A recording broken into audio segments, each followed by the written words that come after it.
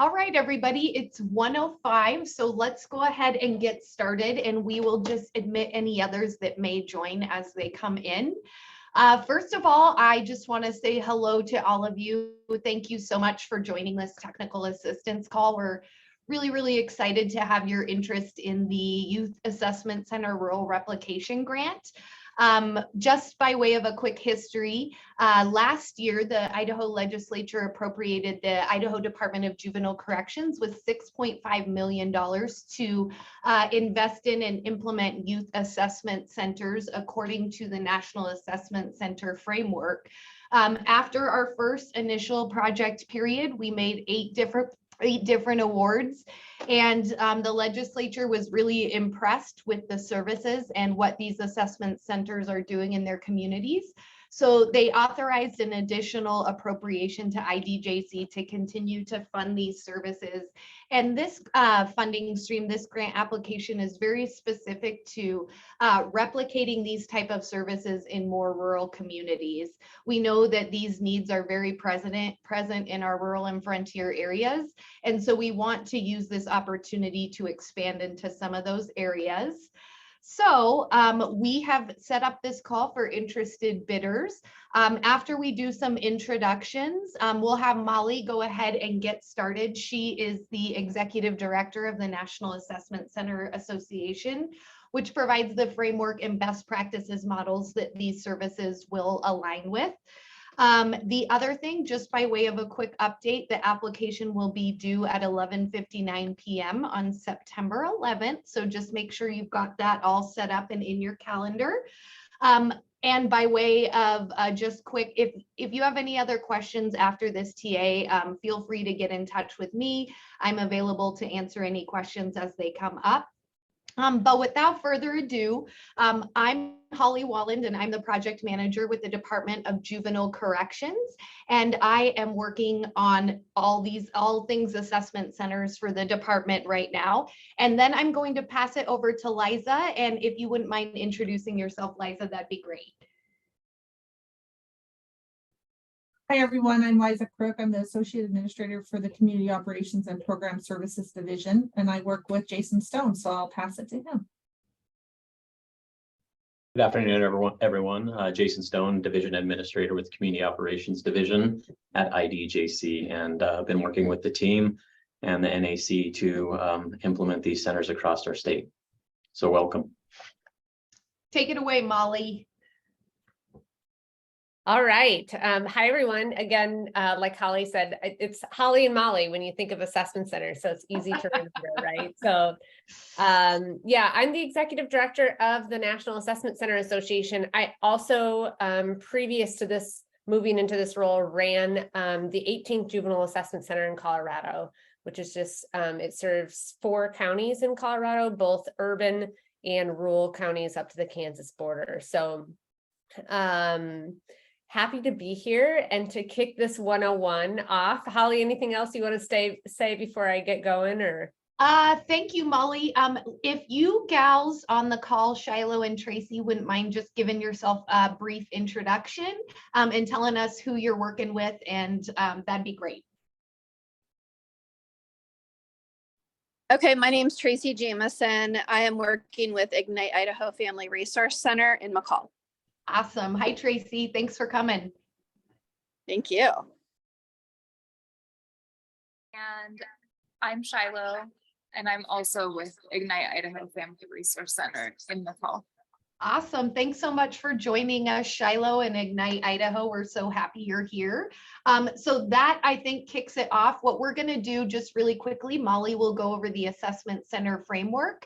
And then Molly, go ahead and stay on if you like, or drop off after that. And then Jason, Liza, and I will be available after that to answer any grant administration specific questions you may have. But without further ado, Molly, let's get into the fun stuff. All right. And since we have a small group, let me just say, if you have questions as I'm going along, please feel free to use that hand raise function of Zoom, and we can stop at any time. And I'll pause at various points just to see if you have questions as well. So So yeah, I'm gonna just walk through in the 50 minutes that we have the assessment center framework. This framework is just that. It's meant to be a guide for communities on how to implement an assessment center, the various best practices that we look for, the core components throughout. So today, what I'm going to go over is, really what is an assessment center? What are we talking about when we say that terminology? A little history and purpose of both historical purpose and today's purpose of assessment centers. The assessment center framework structure. So those are 3 core components that speak to the process, which you'll see on this overview. So single point of contact, screening and assessment, and case management. I'll touch a little bit. There's 2 other core components. One that speaks to staff support and development, and another that speaks to accountability that we won't go into too much detail today, but I will definitely talk, especially when we get to the outcomes, which falls under accountability. The importance of the connector role of an assessment center, and just some things for you all to consider as you're thinking about establishing an assessment center. What are some crucial next steps and critical core components of setting up an assessment center? And then we'll open it up for questions. So let's start with, when we say an assessment center, what is it? I use this graphic on almost every training. So I'm sure Holly and Jason and Liza have seen this a million times, but I think it's really important for everybody to recognize that when we say an assessment center, that means something to the framework, but locally, we see assessment centers named various things, right? So we see diversion centers, prevention centers, resource centers, connection centers. And to make things even more muddier, we see none of the above. We see a lot of assessment centers that are named through local process, right? And engagement with the community to say, what does the community want to name? I think you'll see across Idaho, you have the bridge in Ada County, you have the village. So you have a variety of names there throughout the state as well. So just because it's not called an assessment center doesn't mean that it's not one.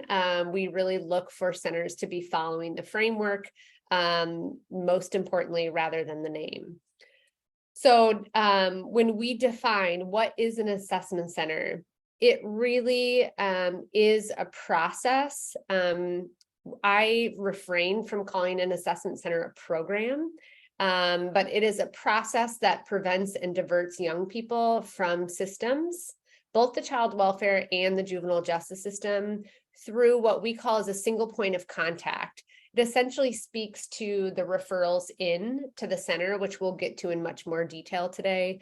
But if you think of single point of contact, think of that the community has created a hub, right? Where young people that have concerning behaviors or red flags move through that hub before getting connected to services. So the main, function of an assessment center is to identify what are those underlying issues that are contributing to the behavior, and partnering with those young people and their families to get them connected to individualized services and resources within a community that are going to meet the needs that were identified in that process. So that's generally, when we talk about an assessment center, that's the definition. How that plays out in local communities varies all across the country, which is what we'll get into.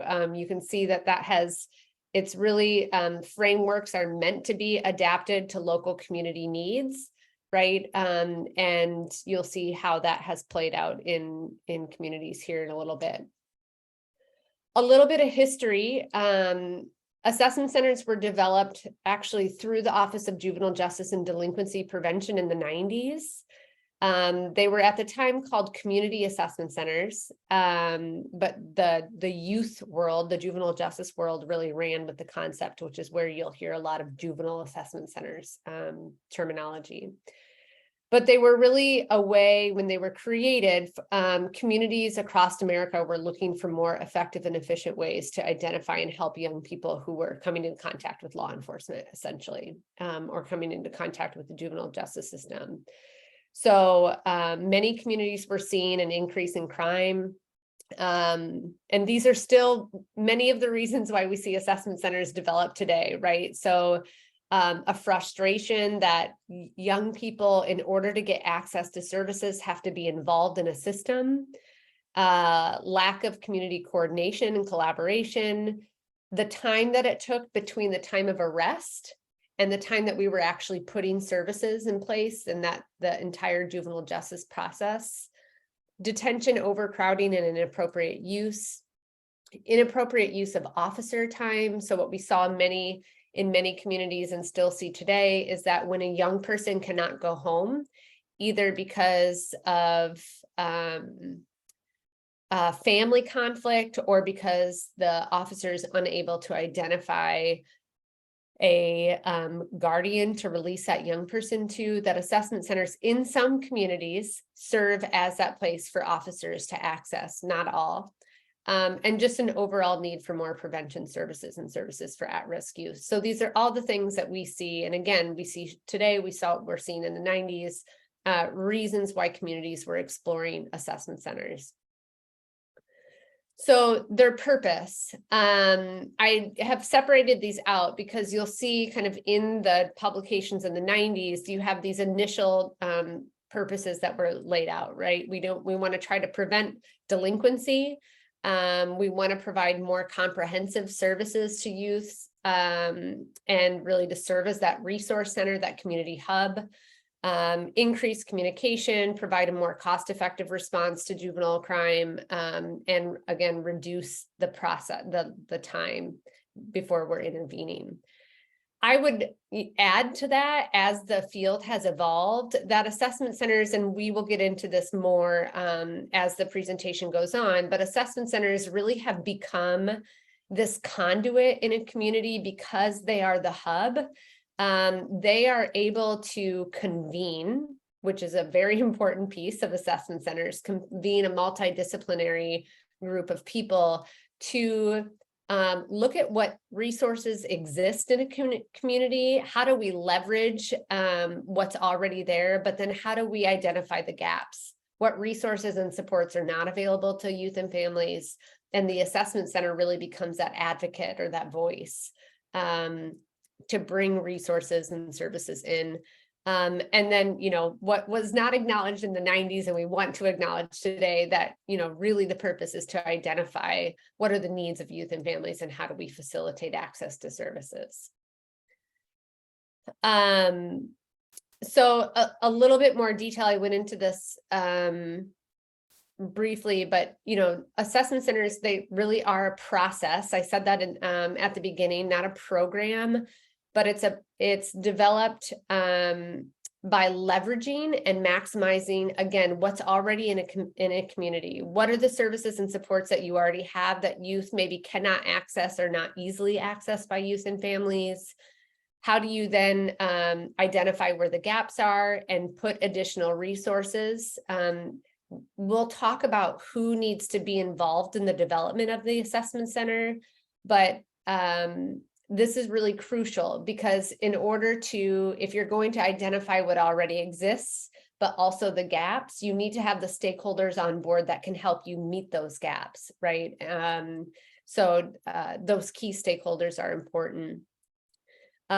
Bringing your, especially your system stakeholders, your court systems, your school systems, law enforcement, to increase communication and collaboration so that we stop duplicating services and supports for youth and families, and we improve access.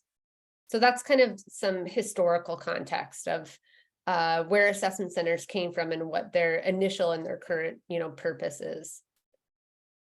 So the assessment center framework, again, it's structured. These top three are really your process core components. So how do young people and families move through the assessment center process? And the bottom two are your structural core components. So how what supports the operation and the sustainability of an assessment center. Like I said, I'm going to go into a lot of detail on the top 3 because that's usually of most interest. A little less detail on the bottom 2, but we can certainly, you know, talk about both of those, and I can answer questions. So guiding principles of the assessment center framework, if you haven't already, which let me see if I can put this in the chat.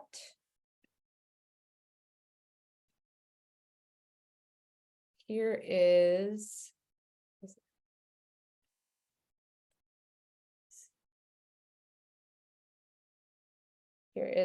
a link to the assessment center framework for you all to reference, and that is probably going to be helpful as you develop your response to the solicitation as well. I'm sure Holly's already sent that out, but so the assessment center framework really centers a couple guiding principles. And I'm not going to go into too much detail of all these. The description is within the framework, but really this centers making sure that services and supports are available in a community, and not needing access to a system to get access to services and supports.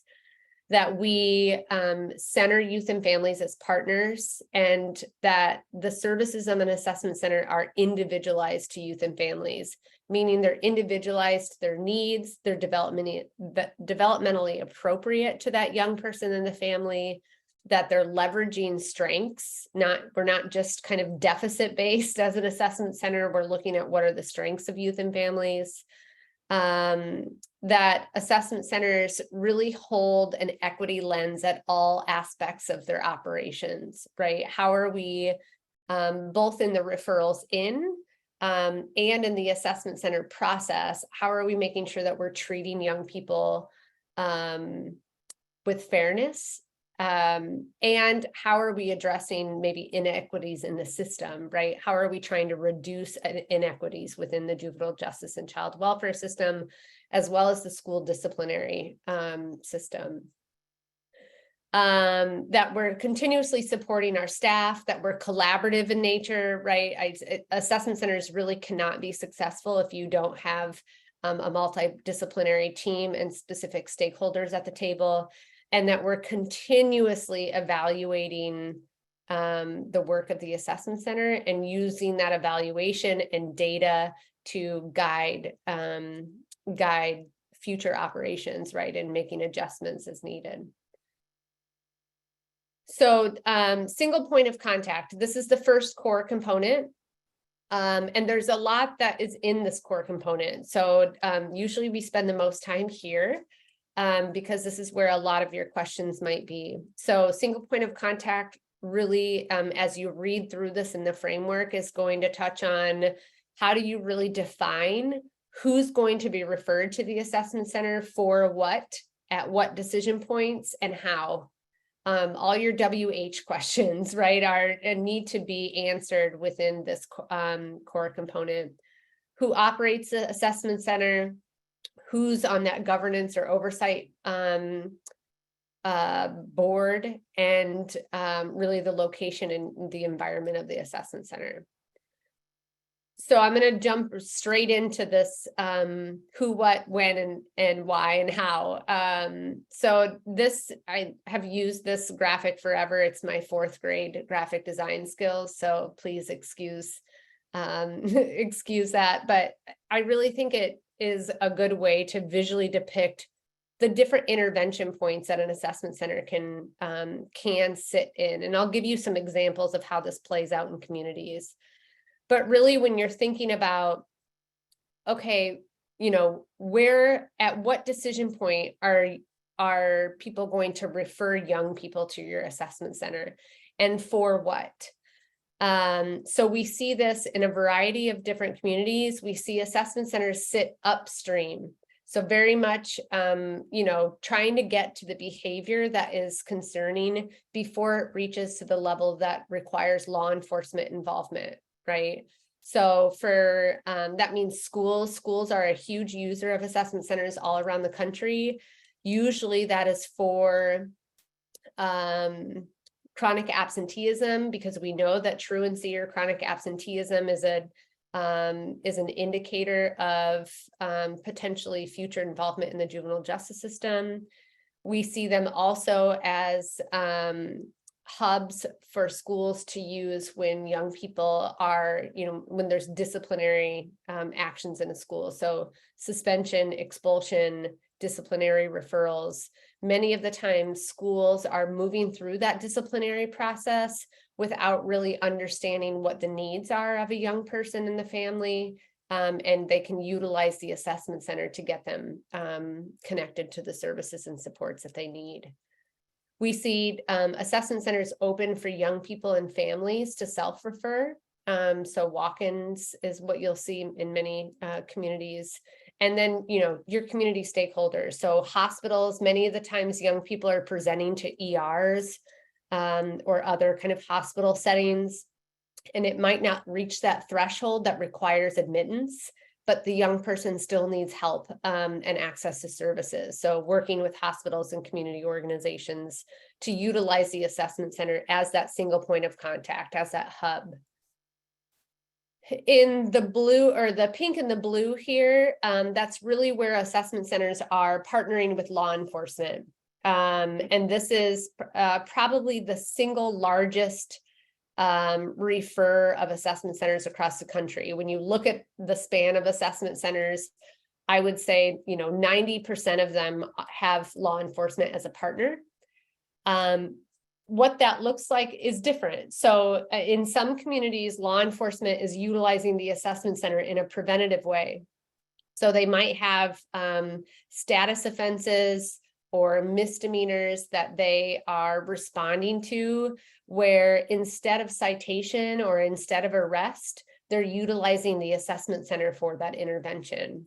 We hear, in almost every community that we go to and we talk to law enforcement, and we say, talk to us about what your process is, what tools do you have at your disposal? And they often say, we don't have any tools. Our tool is citation and arrest, and we wish we had something else that we could get these kids and families connected to.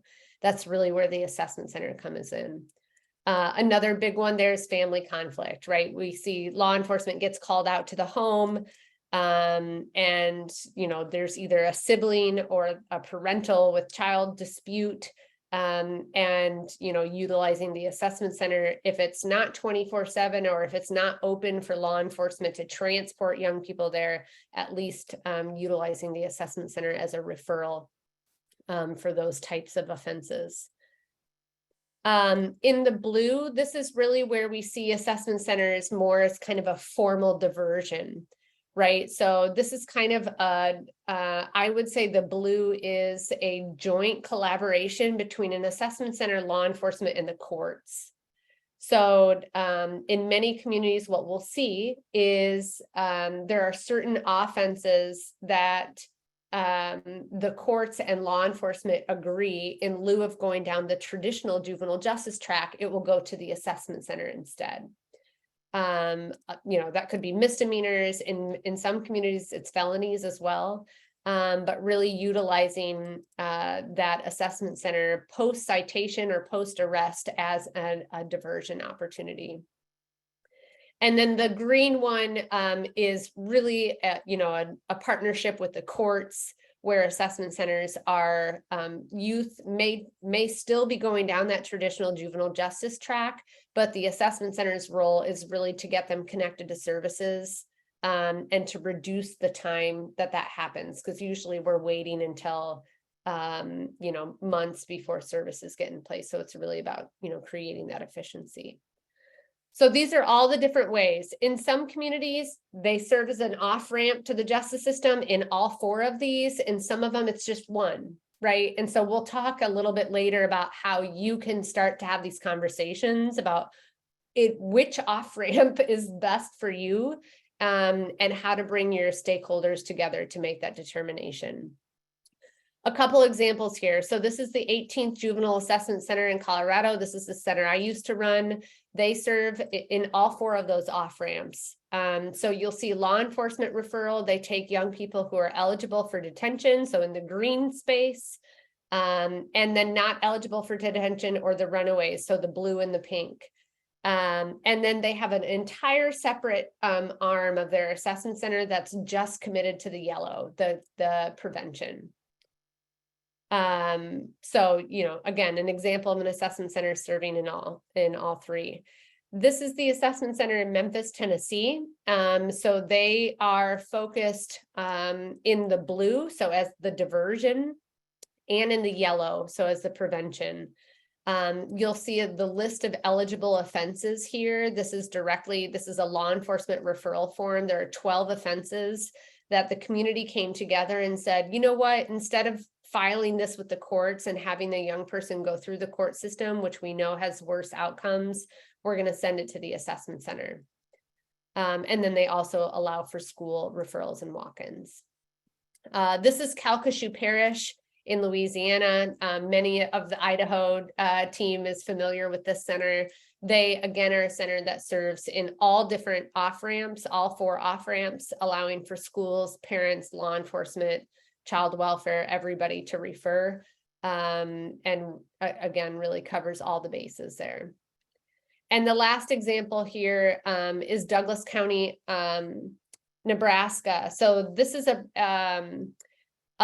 partnership, specifically the assessment center partners with the county attorney's office, where all offenses go to the assessment center unless they fall in one of the 3 buckets here. So unless they already have an open are already in the adjudicatory phase, I cannot say that word today, if they're being detained or if they have a sexual assault charge or a charge that involves sexual assault. All other charges go to the assessment center for diversion. This is pretty unique because they are seeing both misdemeanor and felony charges at this assessment center. So, you know, just to kind of give you a breath of what's happening out there in the field. So I'm going to pivot here to a couple other pieces within the single point of contact core component, and then I'll pause for some questions. So the other thing here is to think about accessibility, especially for those of you that are rural. This, you know, accessibility can really, it really matters when it comes to trust of youth and families and engagement, right? So is your assessment center going to be appointment based? Are you going to allow youth and families or law enforcement or the courts to refer center or youth and families to you, and then you make those appointments with them at a time and a place that is, you know, that works for them? Are you going to allow law enforcement to drop off young people at your center? And if so, for what? That for what is really important. In the framework, we do not recommend all young people get transported to an assessment center. We really want there to be, you know, some specific criteria around that. Whether or not your assessment center is considered kind of this crisis hub as well as important, because there's other community players that do that or don't. And so the assessment center either needs to distinguish that or really make that known, that role known. And then, you know, accessibility in terms of, will there be a bricks and mortar location? Will the assessment center kind of, dispatch and be mobile? Or will they co-locate within existing entities, right? So in some communities, this is public libraries. In others, they're co-locating in hospitals, in schools. So co-location is an option always. So all of these accessibility issues are things that you'll want to consider. The other big thing here is operations. So who operates the assessment center? This can be nonprofit, it can be governmental, attached to the court, it can be governmental in another department. It can be a mixture of those and collaborative staffing, right? So all of these models have worked. It's not a one size fits all with the assessment center framework, but something that you need to consider. The one thing that I will say, no matter which model you choose, in terms of who's going to operate the assessment center, the big piece here is this benefit of neutrality. Assessment centers which we'll talk about the connector role here. But assessment centers serve as a bridge to services and supports, to multiple agencies, to your service provider community. So when an assessment center is a part of that service provider community, there creates a conflict of interest on where young people are being referred to.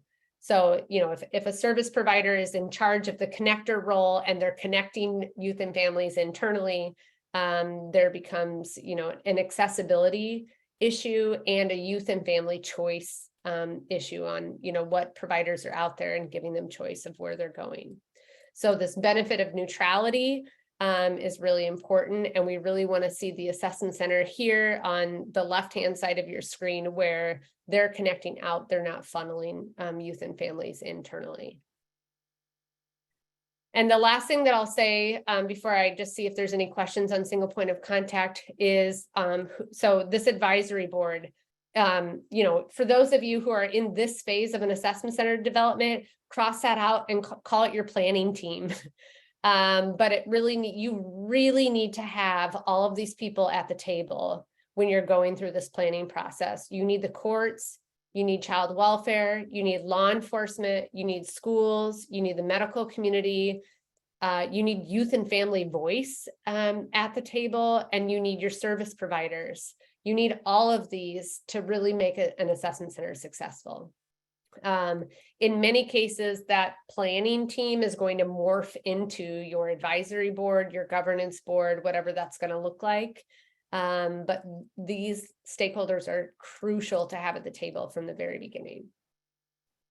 And one thing I just want to add, thanks so much for that, Molly, is in relation to the grant, there is going to be an expectation in that grant solicitation that any advisory board members that you are bringing on to have oversight of your assessment center project would eventually do an assessment center 101 training, which will be making available to projects that are awarded funding. That way that the oversight, the direction, and the guidance that they're providing your center are rooted in the framework and the best practices of the NAC. So just a heads up that that will be a big piece of, you know, as you're soliciting people for your advisory board.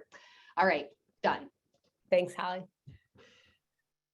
Okay, so let's get into, you know, you've kind of established what your assessment center is, how it's going to operate. You've engaged, you know, who's going to refer to your center at what decision points for what. And so once youth and families are referred, we really dive into what needs do they have, right? So screening and assessment is the second core component. And it really speaks to de-escalating. How do we de-escalate the situation, especially if youth are transported or, you know, immediately referred to the assessment center, identifying the needs, and then making the decision on what are the right services for this family at this time. So in the next couple of slides, you'll see me distinguish between a tier 1 and a tier 2 assessment center. This, you'll likely have seen this in the RFP, and you'll see this in case management as well. So a tier 1 assessment center is a center that is doing screening only. And a tier 2 assessment center is one that is doing screening and assessment. So when we talk about screening, what do we mean by that? We mean that assessment center is de-escalating the current crisis, and they are usually using an evidence-based tool and a process to identify what are the immediate needs of that youth and the family, and where are potential areas that need further assessment. So they're basically looking at a scan of, okay, we've de-escalated. These are some of the, you know, the immediate needs that we see, or the red flags. But as a tier 1 center, you do not have enough information at that point to identify what are the drivers of behavior, right? There's this next step that needs to happen to identify what is actually going on, and what are the best services and supports that will meet that need. So the assessment, the tier 2 again, is doing screening and then diving into assessment, where they are identifying not only what those immediate needs are, but what are the youth and family strengths, and making the decision on what are the right services. So the screening is a structured kind of, like I said, usually a tool is used that's determined, that's used to determine that need, and the possible presence of a problem. The tier 2 or the assessment, we're looking much more comprehensively, right? Looking at psychosocial needs, using information from others, gathering information from schools. This is where communication comes in. If that young person has already had involvement with the courts or child welfare, we know what are the current expectations of them, and really determining what's the recommendations for treatment or services. So usually this assessment piece is staff that have more specialized training. We see clinical staff in some assessment centers or staff that have had very specific training on assessment tools. What we look at in screening and assessment is different as well. So in screening, what we're looking at, and this is really, what do we need to look at to figure out, is there a need? Is there a possible presence of a problem? We need to be looking at basic needs, commercial sex or labor exploitation, which is, in many communities termed human trafficking, general community safety, mental health, behavioral health, safety, physical health, substance use, suicide risk, and trauma events and trauma reactions. If we're including all of those topics in our screening process, we're likely going to be able to figure out, is there a need that is there for that young person in the family?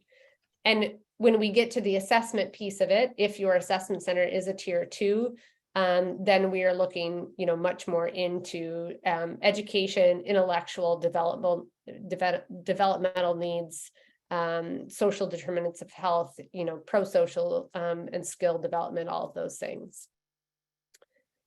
If you are a tier 1 center, the one thing that I'll say before I move to case management, if you are a tier 1 center, really, your relationship, there still needs to be a relationship to providers in the community that can provide assessment, right? Where you can hand off youth and families for a more comprehensive assessment if you're not going to bring that portion of the framework in-house. Any Molly, questions on that?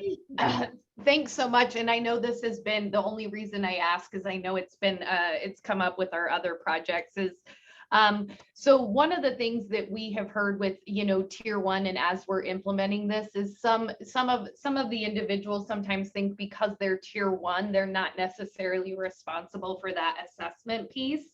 And I just want to clarify that assessment, if a screening reveals additional needs, that assessment is still part of this process. Yes. And it's up to the assessment center to, like Molly said, develop those relationships with community providers that outline your expectations for timeliness of being seen, what will happen with the results of that assessment, and that kind of thing. So sorry, Molly, just wanting to add that in there, just based on experience. Yeah, no, I think that's a good point, which we'll talk about in case management here. Assessment centers are really meant to, provide this wraparound service for young people and families. So once you identify a need, it's not just like a simple referral to an assessment provider and good luck. You really need to be making sure that they're engaging with that assessment provider, and that there's a communication loop back on what are the recommendations and how can you support the youth and family in following through with those. Any other questions on screening and assessment? Okay. So the last core component, the last process core component is case management, but which is really, how do we take what we've identified in screening and assessment and make sure that those needs are met? How do we leverage strengths? How do we make sure that those needs are met? So case management, one thing that I will say is, again, this goes back to making sure that you have a diverse group of stakeholders in your planning and advisory group, is really meant to minimize burden, reduce duplication and increase communication. This means, I mentioned this a little bit, but a lot of the times what we see is that the school district has certain expectations of this youth and family, especially, if they have a 504 plan or an IEP, there's a list of things that they're expected to engage in. If they have an open child welfare case, there's another list of services that they're expected to engage in. If they have, an open juvenile justice case, then there's one more. And so if we don't have communication with those stakeholders and a young person gets referred to the assessment center, we now have a fourth, expectation and list of services that we want youth and families to engage in. So it's really important that that communication with your system stakeholders is present so that we are not providing an undue burden on youth and families. Once we have that under control, we really need to make sure that whatever expectations we are putting on, or whatever we're working with youth and families to get them connected to, that it's manageable, right? We're not asking them to engage in 40 different services, but it's really a couple that are going to address especially the most immediate needs. That youth and families can see the progress, so they're measurable, even if it's, you just need to make a phone call to this person, that they can see that they've made progress and it's not really lofty goals for youth and families. And that these decisions are youth and family driven, right? What service provider do you want to connect with? And in many cases, youth and families have already engaged in services and they haven't worked and they don't want to go back to the same provider. So how can we work with them to identify what's going to work best for them? When we talk about that connection, we aren't just talking about, a lot of the times when we think, okay, let's look at what a family needs and let's get them connected to services, we think about this middle box, right? We think about therapy. What therapy can we put youth and families into? And while that's important, and there's a whole lot of therapeutic interventions that we know work and need to use, we also want to see assessment centers really focusing on pro-social, on basic needs, on skill development. All of these things are going to be a part of that, part of plans, or part of what youth and families need. One thing that I'll say here, just in terms of the tiers. So when you're looking at case management, if you're a tier 1 assessment center, again, screening only, you, like I said, you don't have enough information to really do that therapeutic connection. That doesn't mean you can't connect for basic needs or pro-social, right? So that's the relationship that Holly brought up, is that you might be working on connecting them with some pro-social and some basic needs, but you're looking for another provider to help understand what those more therapeutic needs are and getting them connected. Whereas if you're a tier 2 center, you really have, you have the expertise to make those warm handoffs directly to therapeutic providers for specific services or therapeutic modalities, I would say. The last thing that I'll say about case management is, we don't want to see the bottom 2 rungs of this. We don't want just to give the youth and family a list of services in a community and say good luck. But we want to really facilitate this warm or this hot handoff to services and supports, either, calling services directly from the office, going with them to their first appointment so that they feel comfortable, but really, staying away from handouts and phone numbers. So I'm going to switch gears a little bit here just to talk. This connector piece is really important, right? So, and I think, especially when you're talking to your community stakeholders, this is one of the main functions of an assessment center, is to be this connector. It really addresses the appropriate, the roles and the capacity of stakeholders, right? So law enforcement, many times your school staff and your courts don't have the expertise or the capacity of knowing what are the service providers that are out there and which ones are going to be the right ones for youth and families. And they don't have the capacity to really dive in deep on what are the needs of youth and families. So the assessment center really complements those different stakeholders to help take that off of them, right? And address some of those role and capacity issues.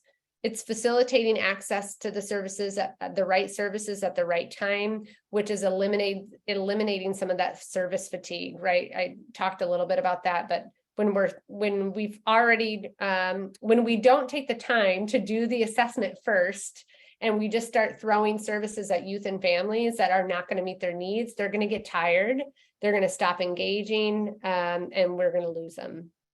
This connector role is really important.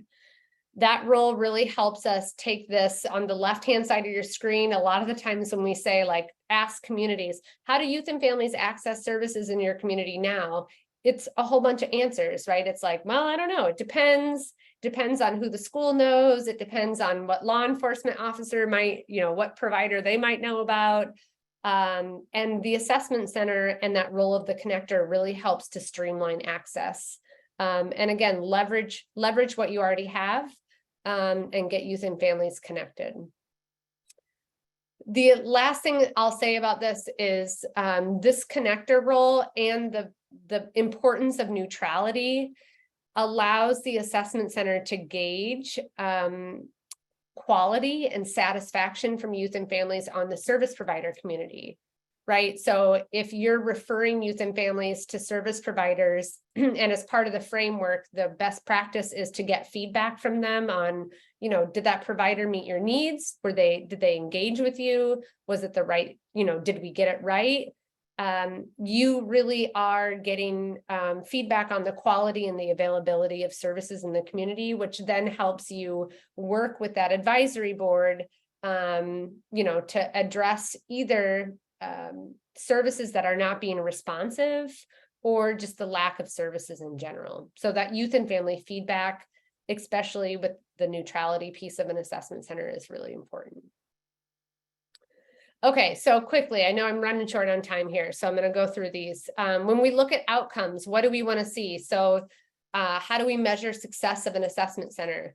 There, on the very last page of the framework, there's a large logic model on here that gives you a whole bunch of short, medium, and long-term outcomes. I'm going to focus today just on these long-term outcomes, but that is not in any way, shape, or form meant to, neglect any of the other ones that are there. But really long-term, what we want to see is that youth, these top two, really speak to youth and family feedback. That youth and caregivers both report that they feel more connected to community, that they've seen a positive difference in the behavior, that they feel more connected to community. I already said that. The next two, so the third and fourth bullets, are that we want to see that youth and families are staying out of the system, that they're not coming into contact with the juvenile justice or child welfare system. If it's a juvenile, if it's a referral from law enforcement or the courts, we want to see that they don't have any new contact. If it's a prevention referral, we want to see that they don't have any contact at all. And then the last two here are just speaking to, community readiness. So is your community in a better position to serve youth and families? Have you streamlined access and increased your ability to really respond to the gaps and the needs that are identified by the assessment center? So a couple of things that I'll throw up here. This is the 18th again. Some of the outcomes that they've seen, you'll see, the youth and family feedback are there at the top. The third bullet there, 92% of youth and families are engaging in the resources that they recommended. And they have a pretty strong relationship with they call it the Innocence Lost Task Force on identifying young people that have risk factors that indicate trafficking. So they track how many referrals they've made to the Innocence Lost Task Force for trafficking concerns. and they let youth and families write in an other box, which many of us would not think that youth and families will write comments, but the comments are perfect. And, you know, sometimes much better than just looking at the Likert scale data, right? This is, again, the Multi-Agency Resource Center, the MARC in Calcasieu Parish. They have a strong connection with their court and their law enforcement, and you can see the results of that. So their petitions are down, delinquency diversions are up. They've drastically reduced the number of kids going into detention through their assessment center, and their status referrals in their courts are down by almost 50%. This is the Harbor Juvenile Assessment Center in Las Vegas. You can see 86% of the kids that they have served over the last 5 years, which is about 30,000, have not escalated into the justice system. So really looking at that recidivism rate. And then they also have youth and family feedback on here, which you can see. And then we have, Oh, sorry. Go ahead. I just had a question about your last slide. I know that we're working on data elements and stuff, but how do they determine that? Do they look at how many of them are put on probation? How many of them are committed? Like, how do they define the juvenile justice system? It's so broad. yeah, right now, right now, every community defines that differently. With the Acorn project, we're hoping to create some consistency with that. I'm not 100% Liza on what Las Vegas's definition is, but I can ask. Oh, no problem. I didn't know if it was just like a rule of thumb or if it was still to be defined. So I can go with that. Yeah, to be defined in the assessment center network with Acorn. But at this point, each jurisdiction defines recidivism locally. Great, thank you. Yep, you're welcome.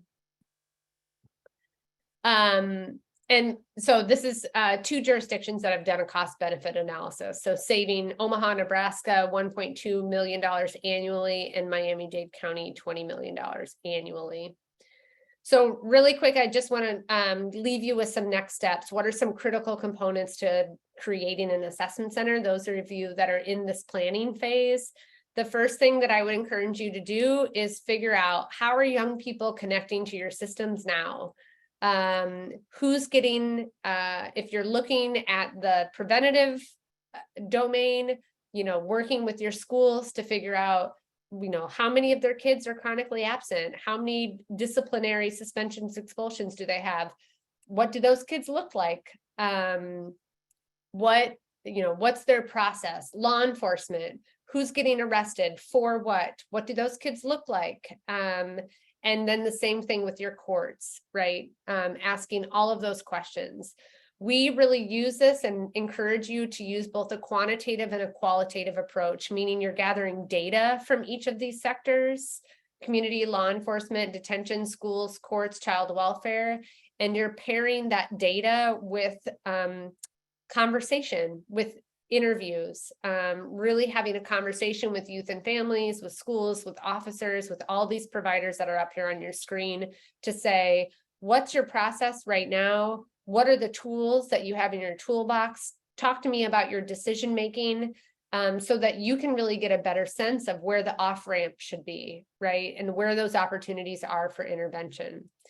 I don't know what your timeline is, but the more that you have the opportunity to do some of this pre-planning and grabbing this, this data, the better informed your assessment center will be.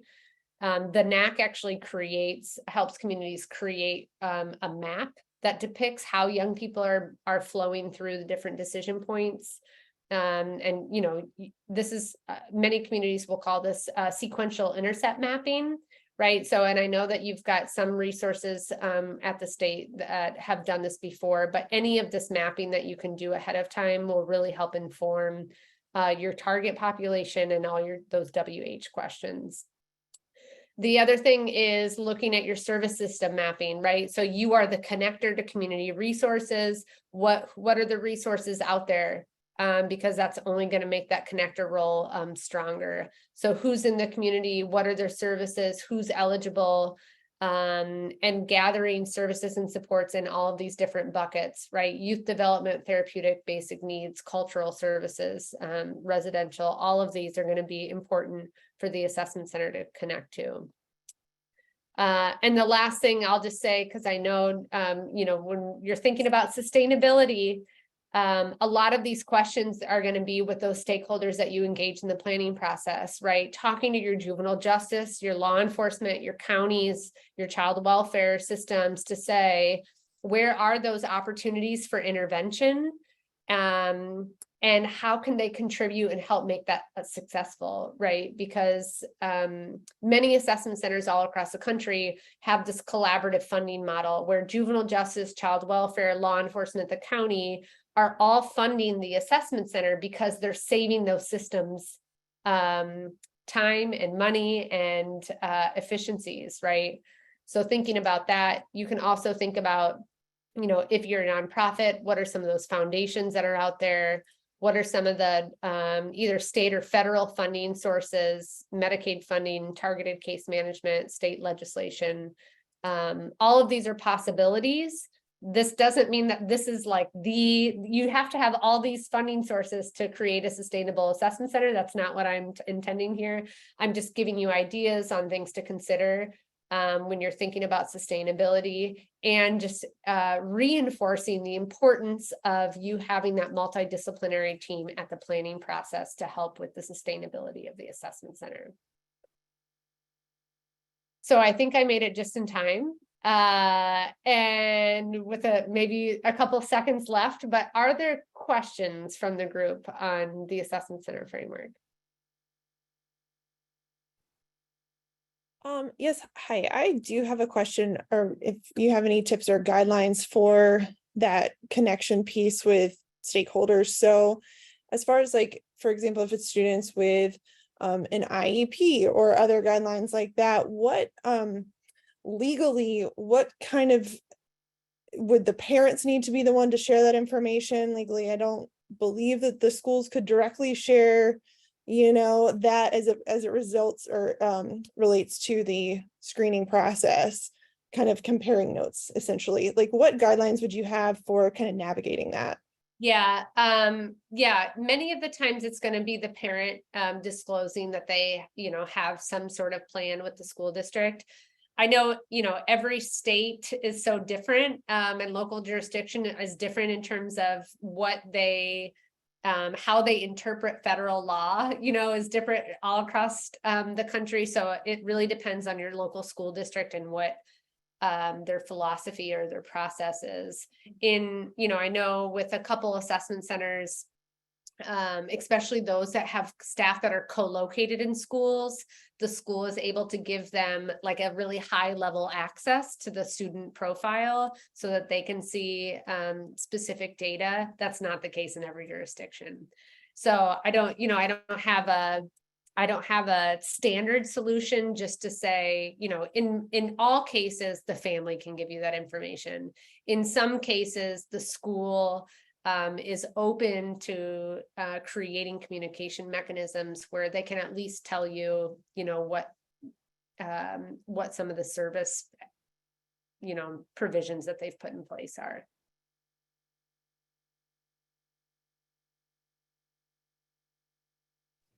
Any other questions for Molly while we've got her on the line specific to the NAC framework and best practices and core principles?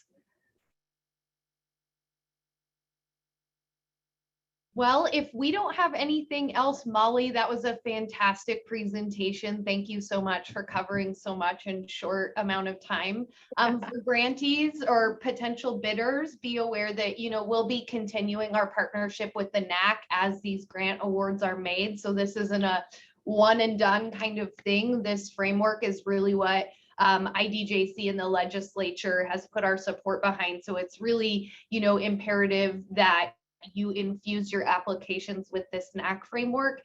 That's the expectation for the ongoing grant project period that we align all of the centers that will be established under this according to the framework.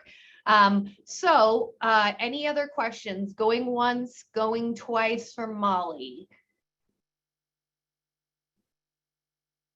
All right, Molly. Well, you are free to hop on off if you like. And we, Jason, Liza, and myself are still available to answer any questions you may have specific to the grant solicitation itself, how the project would work, and all of that stuff. So we're wide open. Thanks, everyone. See ya. Molly, Molly. fantastic to see you. Thanks for the collaboration. Appreciate Yeah. it. Absolutely. Good to see you too, Jason. All right, bye-bye. All right, any questions for us as it relates to the grant solicitation itself? So a question that I have, and I know I've asked this numerous times, but I just want to re-ask it. So with me being a licensed clinician, and Ashley is licensed as well, obviously there's very little resources up here. We do have a lot of clinicians, but they're all full. Mm-hmm. I know that I would be willing to not take clients only because I can see the work is already adding up. So I would be very busy doing, assessments and all these other things.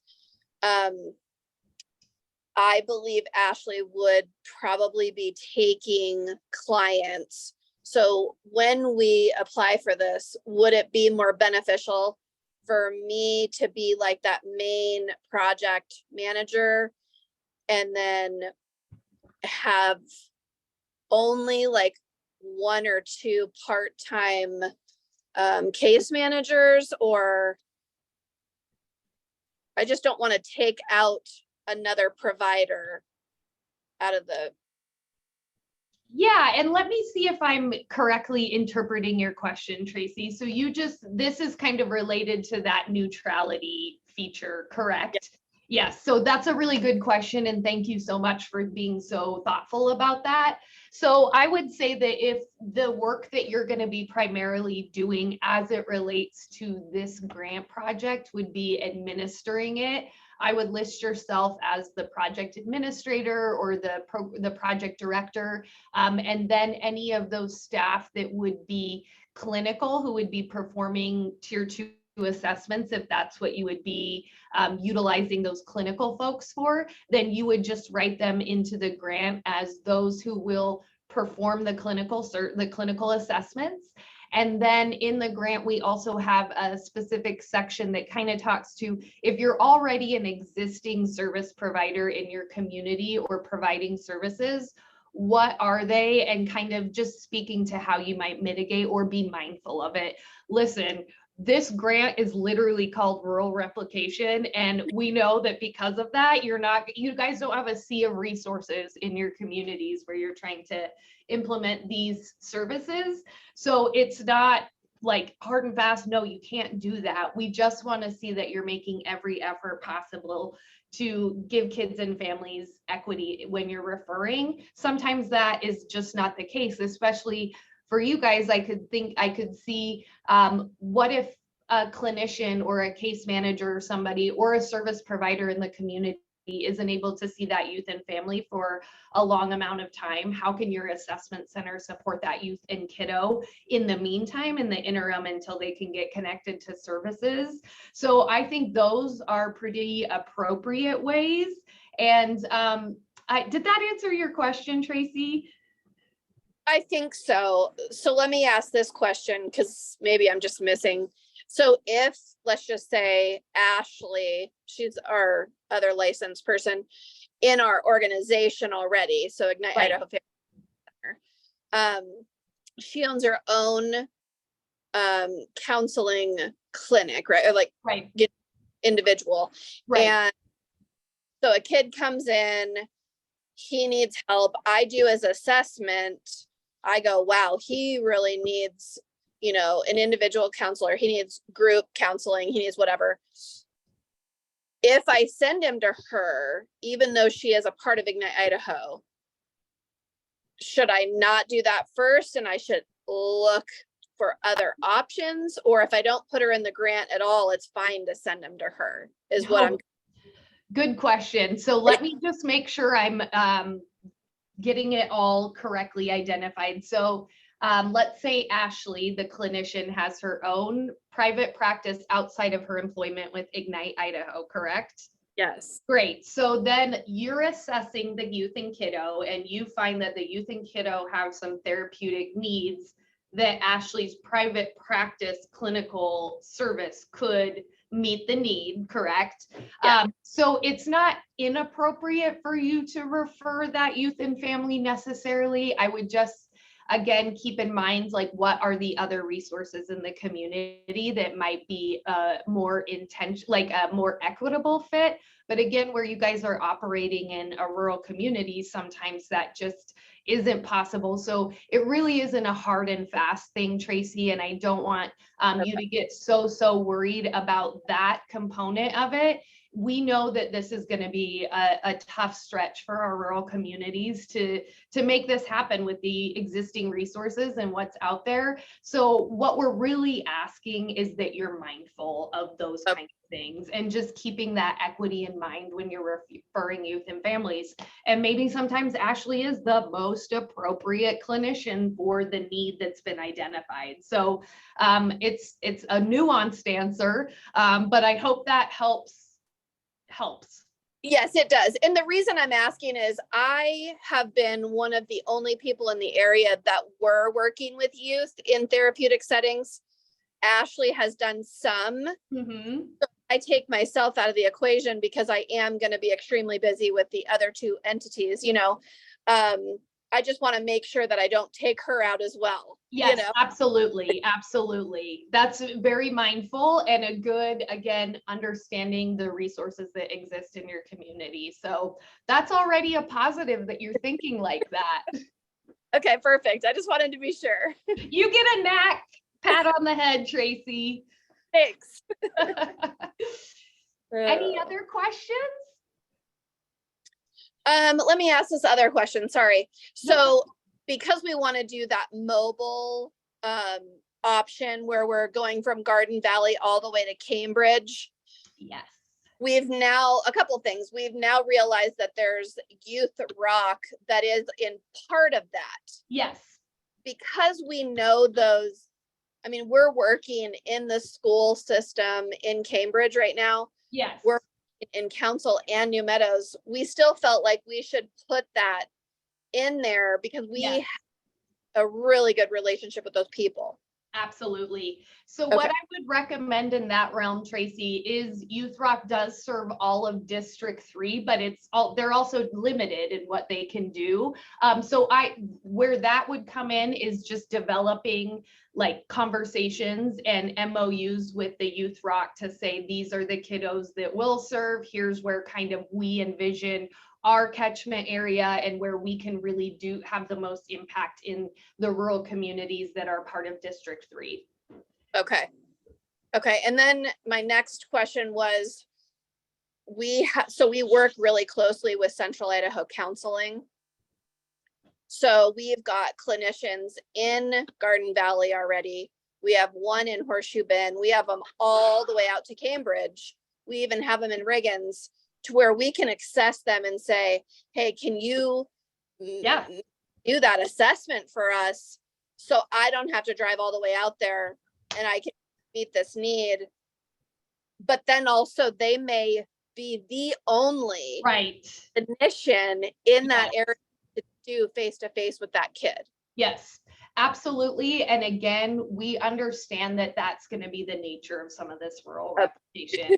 Again, it's just more that intention of being mindful of it and understanding that that's the goal, but goals can only be met with, services and resources. And if those services and resources just simply do not exist, that's where we're at right now. Ideally, as our centers and ideally as youth services pick up steam in Idaho, those gaps will kind of close and stuff. But yes, we're not expecting a hard and fast, like, hey, send this kiddo and their family to a non-existent provider in the community. So good questions, and I appreciate the way you're thinking about this. So Holly, so basically I'm just going to recap it to make sure I understand. So she could say she's a tier 2 center, but also still refer out as needed. Yes, is if they have the clinician in-house who will perform the assessments. And then under, you know, like what she's saying with having therapists in those different communities, that's kind of how Youth Rock does it already. They're considered a tier 2 as well, because those clinicians are under like an MOU with Youth Rock for what they'll do, how they'll do it, and all of those expectations. Okay. Thank you. Yeah. So when we say, okay, here's a clinician that's going to do that assessment on our application, not only would we have like an employed couple people, one doing the case management, one doing the actual project Yeah. direct piece, we could then have something allocated to say maybe contractors. Yeah. So we that amount of money to give each one of those separately. Yes, that's absolutely allowable. Absolutely. And I like that creative thinking too about how we can infuse the services into those communities. So I really like that, Tracy. Okay, perfect. I think you're really meeting the framework with what Molly was talking about too, where you're basically having an informal gaps and needs analysis that you have in your brain, and you're figuring out how to meet those needs of your community. So I think it's very creative. Makes sense to me. Yeah. Thank you. Any other questions?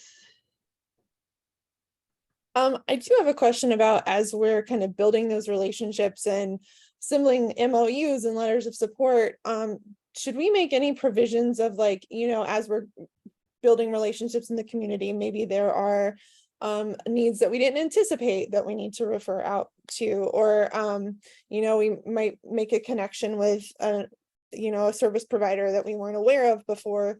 If, you know, we end up working with more service providers than we, you know, initially kind of planned, do we need to kind of address that? Just kind of say, hey, we're still building relationships in our application?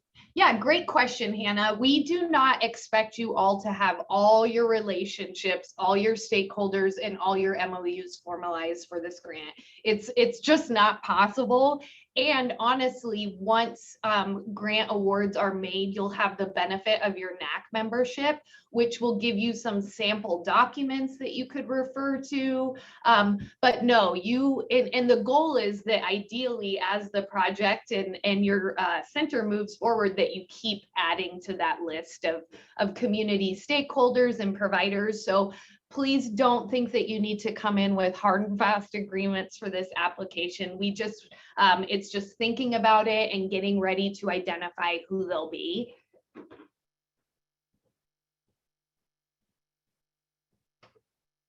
Any other questions? You guys have been such an engaged group. These questions are excellent. All right. Let me actually ask one more question. So Yeah. I know Rock is using the CANS assessment, which we use regularly in our program. And we are working toward becoming, so Ashley and I obviously can take Medicaid under our own private, you know, organizations, but we're having Ignite Idaho become also a provider. Right. And under that, I know there's numerous assessments that we can do, you know, the GIF and all the other ones that were talked about. Is it beneficial to have more than one or two that we're going to use? Does that benefit us in any way? I would say from a grant scoring concept, not necessarily. The screening and the assessment selection should be really customized to who's your target population that you're going to serve, what are the targets you're trying to, what are the outcomes you're targeting. For instance, if it's more a law enforcement diversions and stuff, then we would just, gosh, I just lost my train of thought as I was explaining that. Tracy, can you ask your question again?